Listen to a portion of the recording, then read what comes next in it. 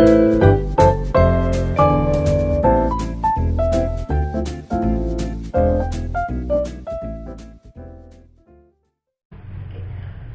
teman-teman, apa kabarnya kalian? Nah, kali ini kita akan ngobrol-ngobrol tentang masa lalu. Masa lalu bagaimana, terutama saya, Mas Gundul, ini belajar tentang ular. Tentunya yang lebih senior itu adalah untuk belajar ular ya, adalah Mas Gundul, Mas Heru Gundul ini. Nah, Mas Heru Gundul itu belajarnya dari mana? Pasti kita akan selalu belajar itu pasti belajar dari yang lebih dahulu ya. Kita akan kepoin Mas Gundul belajarnya dari siapa sih gitu ya. Yuk kita tanya sama Mas Gundul. Nah, Mas Heru, Iya. panggilnya Mas Heru ke Mas Gundul? Gundul aja. Oh iya, tetap Gundul ya. Dulu namanya bukan Gundul loh teman-teman, namanya Nipong. Terus karena di stasiun televisi ya. Oh bukan. Oh bukan. Gundul itu nama saya dari kecil. Oh. Kemudian begitu saya SMA, karena Gundul itu ibarat tentara Jepang loh. Oh, Tentara Jepang Gundul loh. benar. Mereka sebutnya dari Nipong. Dari Nipong, terus dipanggil Jadi Nipong. akhirnya saya dipanggil Nipong, tentara Jepang. Iya, saya kenalnya pertama dulu namanya Nipong gitu. Nah terus akhirnya jadi Gundul. Dari kecil Gundul, kemudian SMA, kemudian teman-teman manggil Nipong. Kemudian kuliah itu baru saya beralih ke Gundul lagi. Karena di kuliah kan banyak teman-teman baru. Oh iya. Oh, gitu. Jadi ada teman-teman SMA dan teman-teman dekat di masa itu yang panggil saya Nipong. Oh, nah itu kenalnya saya dulu juga Nipong pertamanya. Oh ya, sebelumnya ya kita ini berdua sebenarnya beriringan terus ya. SMA sama kuliahnya kita adik kelas saya sih. Cuman kalau untuk belajar ular duluan dia. Cuma bedanya satu kali. Oh. Kali dia SMA lulus, saya nggak lulus. Oh no. Iya, kali dia Nggak lulus ya. Itu bedanya tuh. Oke. Nah, sekarang sejak kapan sih belajar ular? Nah itu. Nah, sebenarnya gini, walaupun banyak reptiler Indonesia ini yang menganggap saya suhu, karena jujur bukan sombong, cikal bakal reptiler Indonesia ini adalah saya adalah salah satu cikal bakalnya. Karena di organisasi awalnya saya dirikan Netflix, Lembaga Studi Ular Yogyakarta, kemudian berkembang ke SIOP, Lembaga Ular Indonesia, dan saya juga menggawangi rekan kita Panji Petualang, itu dia banyak belajar dari saya. Tapi jujur saya banyak berutang ilmu kepada mereka berdua ini. Karena saya kenal mereka berdua ini sejak zaman kecil. Jadi pada waktu itu saya belajar dari saya takut ular, kemudian penasaran dan belajar dari orang tua mereka. Jadi almarhum Bapak Jamzuli, Muhammad Jamzuli ya. Itu tahun 87. Waduh. 87 saya belum kenal. Tahun 87 itu waktu itu jujur saya dari pulang kemah, di kemah itu ada kemasukan tenda. Di tenda kita kemasukan ular. Cuman karena saya pemimpin regu kan tanggung jawab buat dengan rasa takut. Saya pakai kaos tangan kulit, pakai jaket kulit, coba tangkap. Begitu mau tak bunuh ada pembina lewat. Jangan dibunuh, itu ular nggak apa-apa. Saya jadi penasaran. Kok ular nggak apa-apa? Awalnya, yaudah lepas aja sana. Saya pura-pura mau lepas. Saya lepas di sungai. Habis itu, tak masukin ke kaos kaki, tak simpan. Terus saya penasaran, saya tanya pada pembinanya, Kak, kok ular nggak apa-apa kamu? Oh iya, cuma saya nggak ngerti banyak. Saya punya kenalan namanya Pak Jamzuli. Kalau kamu pengen tanya lebih banyak, datang aja ke rumahnya. Nah, setelah saya kemah, saya langsung tanya alamat di sini. Waktu itu benar-benar saya datang ke rumah ini ya. Tahun 87 itu kalau nggak salah itu bulan Juli atau Agustus. Masnya SMP itu. Ya. SD kali Anda pakai ini. bau merah. Apa? SD. Aku SMA kelas 1 ya. Oh. kelas 1 dan saya SD berarti 2 ya. Nah itu pas saya datang almarhum itu sedang menyiapkan banyak ular, ternyata mau ngisi materi waktu itu nggak salah di Sleman kalau nggak salah.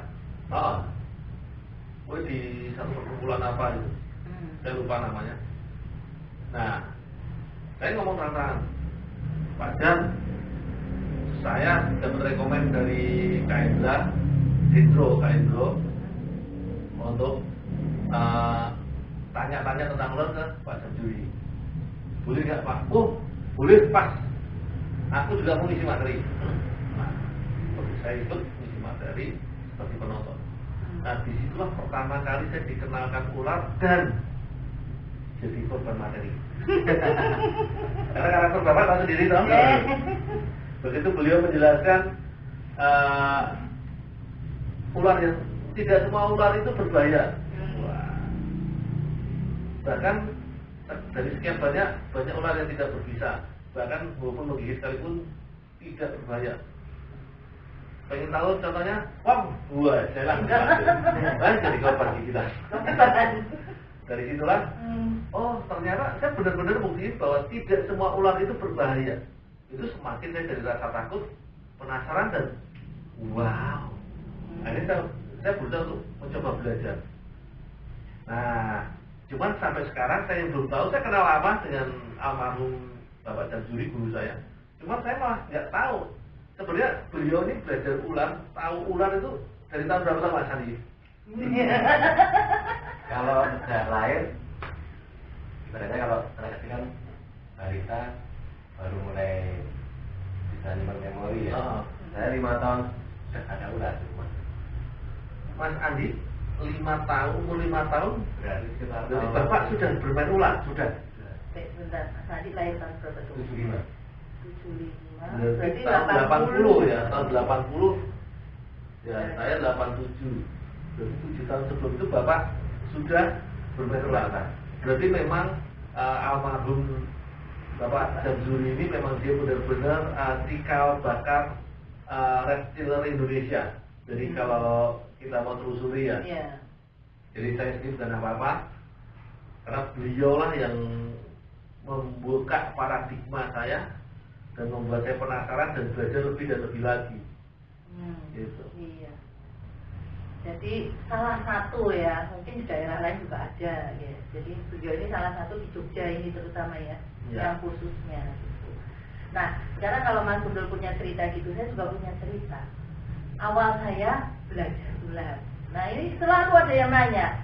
Itu awalnya sebenarnya dari saya mau PKL di kampus, tapi saya nggak cerita panjang-panjang. Singkat cerita, waktu itu saya dibilang sama dosen saya, ini PKL skripsi anak biologi semuanya kok air, nggak ada yang lain katanya gitu. Padahal waktu itu saya juga mau air. Nah, setelah dibilang gitu, saya bilang nggak jadi. Terus saya main ke Bondin. Ternyata waktu itu pulang dari ke Bondin, waktu itu saya mau jual ular sebenarnya, ada titipan dari desa sana. Terus ternyata nggak terima, terus akhirnya saya pulang ke kos. Nah ini ternyata setelah saya pulang, Pak Jamsuri ini ke Bondin dapat cerita kalau saya mau jual ular. Terus dikasih tahu sama Mbah Bejo, ini Mbah Bejo ya yang di Bondin, almarhum Mbah Bejo. Nah dikasih tahu Pak saya. Tahu-tahu sama bapak ini ke kos. Bapak tuh ke kos, ibu kos saya bilang gini, Mbak Lydia itu dicari siapa, saya nggak janjian sama siapa. Itu ada bapak-bapak tinggi besar katanya gitu. Apa ya? Terus saya keluar, ternyata bapak.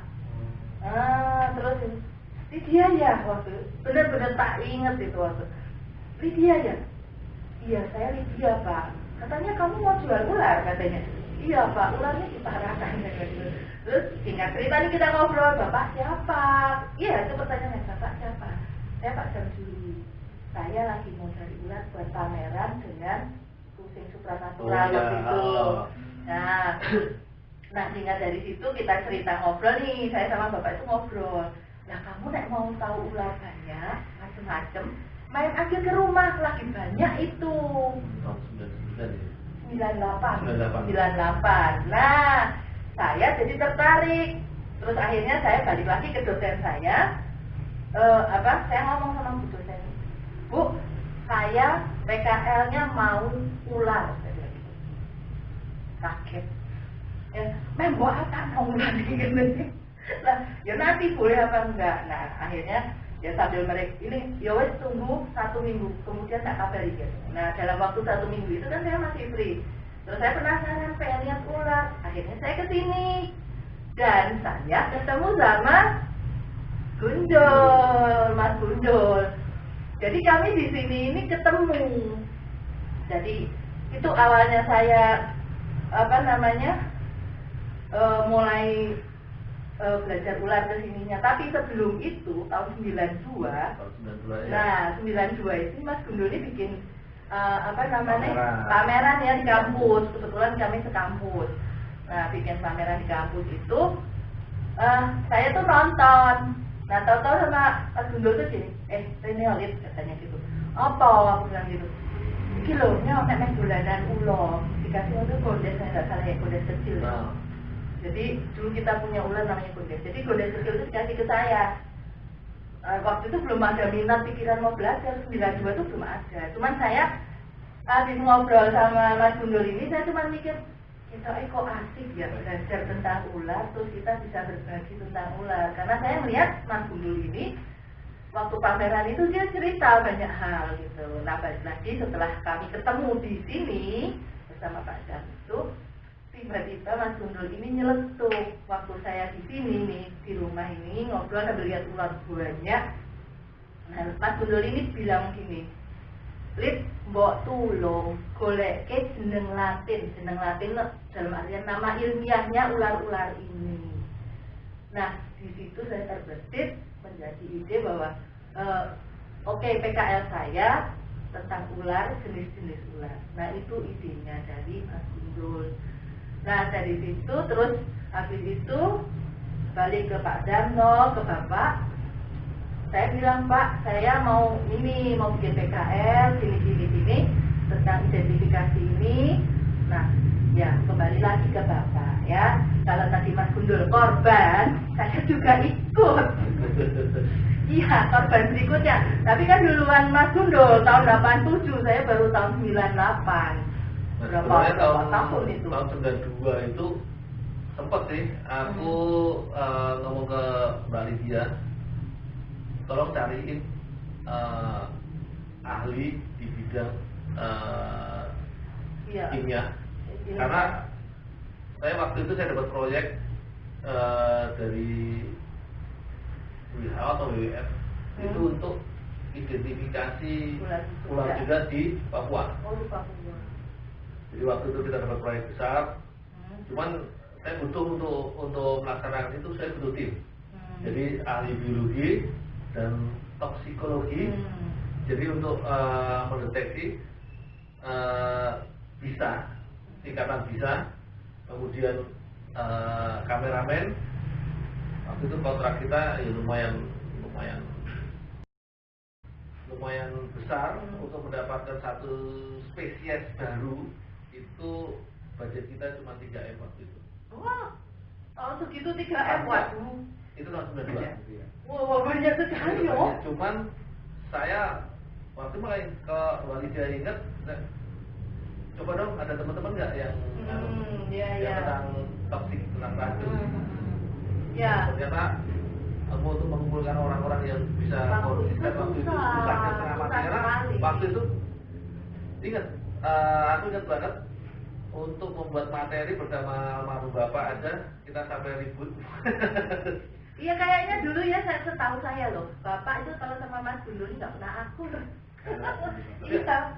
Karena ada. Almarhum Pak Jamjuli itu tahu sendiri ya, Mas Andi, Mas Atas, disiplinnya kayak apa. Kalau beliau sudah ngasih tugas 3 hari ya 3 hari.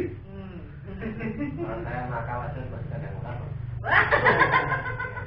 Kebayang ya teman-teman, umur berapa dulu dimasukkan anak ular? Istilah kalau nakal tahu. Langsung seret masukin atau masuk Digembok. Saya pernah disuntikin juga. Tapi saya nggak bisa. Iya. Kalau saya nggak sempat. Nggak sempat. Disuntik. Untung dia beruntung dia. Gitu. Tapi korban materi juga pernah dulu. Juga. Ya kayak mas dulu. Jadi korban. Ya sama. Ya waktu itu bapak bilang gini saya, Jo, saya manggil saya kadang Jo, kadang Lis, ya gitu ya. Lo, kena Arab sinau ulo, yo sinau kabeh. Ora meng foto tok katanya. Waduh, mikir saya ya waktu itu. Terus Gundul ini Mas Gundul ini jadi juga dampingin. Waktu saya suruh, ora apa-apa Lis, alon-alon Lis, ora apa-apa. Saya kudu hati-hati. Dinasehati saya waktu itu, pokoknya harus hati-hati gini-gini. Tetap kowe kudu gelem. Sinau kuwi kowe kudu ngerti kabeh, terus kowe kudu pernah kecokot. Nah, itu yang paling nggak enak yang kecokotnya. Itu harus. Iya. Jadi banyak reptiler yang ngomong, oke lah kita bermain ular, tapi jangan sampai kegigit. Itu bullshit. Itu bullshit. Harus Karena ngerasain ya. kita bermain api, kebakar, itu pasti. Kita bermain air, itu basah. Kalau kita bermain ular nggak kegigit, itu bullshit. Iya, kemarin digigit lunak. Jadi itu pasti. Iya. Tinggal bagaimana sebelum kita tergigit yang parah, kita membiasakan diri untuk gigitan-gigitan yang aman. Itu minimalisir. Ya, Iya. meminimalisir yang jelas efek gigitan itu. Karena dari situ, jujur, saya menemukan satu teori baru tentang bahaya gigitan ular. Jadi apa yang saya kemukakan itu adalah hasil riset. Cuman kelemahan saya adalah dalam hal penulisan. Jadi dari tahun lalu saya diberi beban nama almarhum, kamu harus semua mengembangkan ilmu. Karena di tahun itu, Mas Andi, Mas Atas tahu sendiri, buku literatur tentang ular setengah mati kita cari. Iya. Saya cari dari perpustakaan daerah sampai perpustakaan nasional, itu hanya saya dapat satu buku tok. Itu karya almarhum Budi Suwono, 10 ular berbeda di Jawa. Itu hanya satu-satunya begitu. Ada lagi sebenarnya Pak Yatna, tapi belum dapat ya. Pak Yatna. Yatna Supriyatna, ular berbeda di Indonesia kayaknya. Itu ulasannya, mohon maaf, jauh di bawah Budi Suwono. Ulasannya Ya lebih nggak terlalu detail, nggak terlalu detail. jadi dia hanya kulit-kulit tok. Iya, karena beliau kan peneliti ini aja. Itu. Kan, ya. Jadi itu saya dapat. Cuman nggak bisa jadi referensi karena isinya cuma kulit tok. Sedangkan ular berbeda di itu lumayan detail. Jadi sampai tingkat bisa, kemudian dosis letal itu ada ditulis di situ. Nah, dari situlah akhirnya almarhum Bapak Jamsuri, guru saya, memberi saya beban. Oke, pelajari lebih lanjut. Bila perlu kita kupas, kita bikin materi. Akhirnya saya coba telaah, tulis dan riset otodidak karena kita nggak punya literasi yang ada. Akhirnya kita belajar otodidak dan kita diskusikan bersama almarhum dan akhirnya kita buat materi. Materi-materi yang ada akhirnya kita kembangkan. Dulu kan dari bahasa Latin nggak ada, cuma nama-nama lokal, akhirnya kita masukkan di situ. Akhirnya banyak karakter-karakter ular yang kita mainkan, kemudian kita bongkar mitos-mitos di situ. Dan saya temukan dari hasil penelitian saya bahwa bahaya gigitan ular itu ternyata yang nomor satu bukan bisanya, tapi adalah bahaya psikologis. Dan itu yang tidak banyak orang tahu. Karena pada dasarnya tubuh manusia itu kuat untuk menahan gangguan metabolisme tubuh apapun, tergantung bagaimana mental kita, bagaimana psikologis kita. Karena seluruh metabolisme tubuh kan diatur oleh otak. Iya, betul. Imunnya cuma sendiri. Ya, jadi pada saat kita tergigit, banyak kan orang takut, bukan cuma takut, dia mencobai diri sendiri. Mati aku. Iya sih, Ya, memang. Langsung depres dulu ya. Iya. Iya. Sehingga apa yang dia ucapkan itu masuk ke otaknya dan itu dia beritakan kepada seluruh ilmu saraf. Dan akhirnya orang itu lemah karena daya tahan tubuhnya drop. Iya. Dan itulah pada saat daya tahan tubuh drop, bisa atau racun sekecil apapun dia akan menyerang maksimal. Iya, betul. Semua tergantung dari sini. Iya. Hanya, ternyata seperti itu. Karena saya juga pernah ngalamin waktu itu almarhumah situ ada ibu dari Bantul, ada orang di Bulat. Saya waktu itu dikasih kabar, Pong, aku lagi sibuk Pong, coba di tani. Saya ke Bantul, itu orang kegigit petias poros. Atau kalau orang ngomong ulo kayu gitu. Iya. Tapi pasiennya ambruk demam tinggi. Saya tanya, ya begitu kita penanganan kita tanya gitu loh apa sih? Iya. Kayu. Dia tunjukin ulangnya bagiannya ada. Ini mas, biasanya nggak percaya loh. Nggak mungkin mas. Nah ini kegitulan itu nggak mungkin. Wah saya dimaki-maki habis. Lo bisa nggak tuh mas? Ini bener ini. Kalau nggak bisa pulang aja. Maka lah betul ya mas.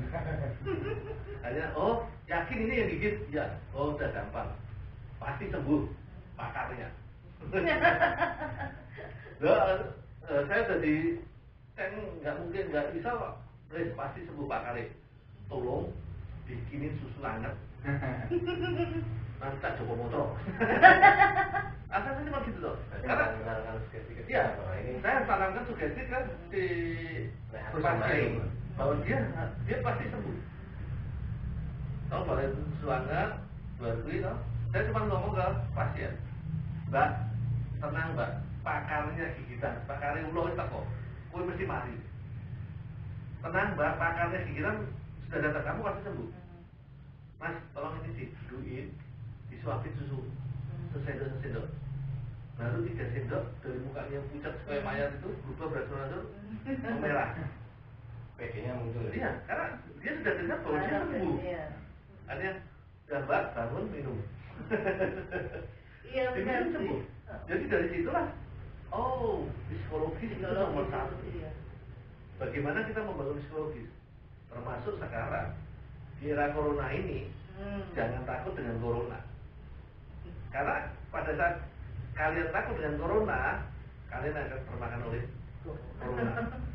Iya, saya ingat juga. Saya waktu itu sakit tipes, nah ditengok sama Mas Gundul ya.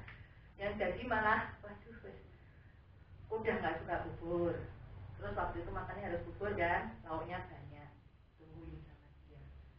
Aduh, saya sampai makan nggak enak rasanya. Lip, entekno. Nek rasanya bubur lawe entekno. Saya selesai makan itu sampai nggak bisa duduk itu sudah sampai leyeh-leyeh gitu. Ya tapi ya benar yang dibilang sama Mas Gundul tadi, memang semua tergantung di sini gitu. Dan waktu itu Mas Gundul bilang, kowe iki wis mari. Padahal saya masih letak itu di rumah sakit itu, wis mari katanya. Oh iya, yuk, wis mari. Nggak berapa lama, 2 hari kemudian saya pulang. Jadi itu ya teman-teman, pentingnya apa ya namanya? Psikologis kita mindset kita ya, mindset ya benar ya, pola pikirnya. Nah itu teman-teman. Nah sekarang nih saya mau nanya nih, apa namanya? Ini kan Mas Adi sama Mas Antas toh, ini putranya Pak Sam. Dulu dipaksa untuk main ular nggak sih? Maksudnya untuk belajar. Kayak kami berdua ini kan memang akhirnya ya kami memang harus belajar. Tapi kalau ini putra-putranya ini, kita mau tahu gitu loh. Biasanya kan orang tua selalu mengatakan loh anakku kudu iso iki gitu. Iya, kalau saya sih dari kecil ya, berarti ya dari kecil udah ada ular, ya otomatis kita kebawa, pengen kalau setiap bapak ngisi materi harus ikut, harus digigitin, macam-macam.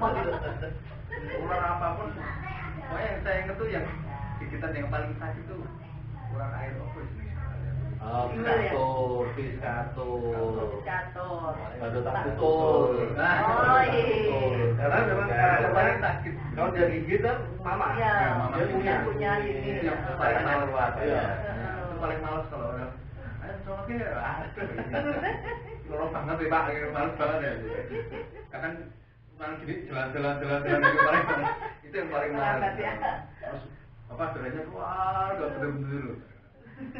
Ternyata nasibnya sama. Dari kecil mulai harus ikut yang mana pun. Iya. Mas Adi juga gitu. Ya kalau saya lihat, kalau saya rasa-rasain ya Bapak memang berarti ada misi membawa saya ataupun Anta ke ular, berusaha untuk menyebar ular, tapi nggak ada yang nyantol. Tapi setidaknya kita berdua tahu ya, jadi ya. karena dengan sering ikut materi kita tahu yang mana yang nggak bisa. Terus sebenarnya juga kalau saya sama Anta nyapa ular ya wani, berani, cuman kan nggak terus ditekuni, tapi tahu, terus tahu triknya memegang gimana, tahu. Bahkan saya pun juga sebenarnya teman-teman dekat saya tuh saya racuni ular juga. Jadi karena saya dikali ilmu ular sama apa ya, jadi tahu toh. Misal saya jalan-jalan ke sawah sama teman-teman SMA itu dapat ular hijau, ular ular ya tak oke sama saya. Jadi kan, gue usahakan kok taruh ular jilid. Oke, dia tahu. Bisa tadi kurang sama saya ragu. Saya berani juga. Jadi saya juga apa ya ikut bahagia menikmati ular. Rasa kayak konco ini ben-ben ngerti. Rasa kayak sama. Masuk kalau lo wedi. Orang ada teman dulu saya pernah ada teman Papua tak sampai tak piting. Saya takut piting. Kalau ngumpul sampai orang-orang ini makan sama orang. Iya, kebanyakan mereka takut. Piting susah, kalungnya sampai dekat gini. Ada itu. Sama tadi dengar nih almarhum itu tahun 70-an sudah jadi pemateri ular. Itu gimana itu Mas Andi? Kemarin saya dapat cerita dari teman-teman Bapak yang lama ya, teman-teman dulu lah. Katanya sih ngisi materi SAR DIY pertama kali di Jogja. Ngisi materi SAR DIY pertama di Jogja ya. Itu tahun berapa tuh? 72 apa ya? 72. Baru lahir. Belum lahir. Oh, belum lahir, saya baru setahun. Aku ngono. 72 almarhum Bapak sudah ya, sudah ngisi materi ya. Memang luar biasa sosok almarhum Moh Jamsuri DJ ya? Iya, DJ bukan DJ, bukan DJ. Camara, salah-salah. Udah kalau salah nulis nanti salah. Kalau ada undangan namanya Z itu marah. Itu memang luar biasa ya. Dan kemampuan beliau untuk belajar tentang ular, memberi materi tentang ular itu memang itu yang membuat saya sendiri terpacu. Oh, ternyata Indonesia itu luar biasa. Indonesia punya sekitar 10% spesies dunia. Itu 600 jenis. Ya, 600 jenisan. Itu spesies terbesar di dunia.